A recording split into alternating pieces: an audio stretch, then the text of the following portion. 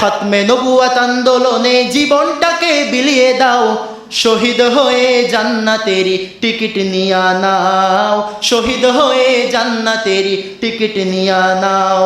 খতমে নবুয়ত আন্দোলনে জীবনটাকে বিলিয়ে দাও, শহীদ হয়ে জান্নাতেরই টিকিট নিয়া নাও, শহীদ হয়ে জান্নাতেরই টিকিট নিয়া নাও। আল্লাহ নবীর দুশমনরা কাদিয়ানী সম্প্রদায়, কথা বলেন ঠিক কিনা?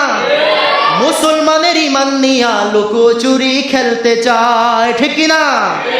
আল্লাহ নবীর দুশমনরা কাদিয়ানী সম্প্রদায় মুসলমানের ইমান নিয়া লুকোচুরি খেলতে চায়।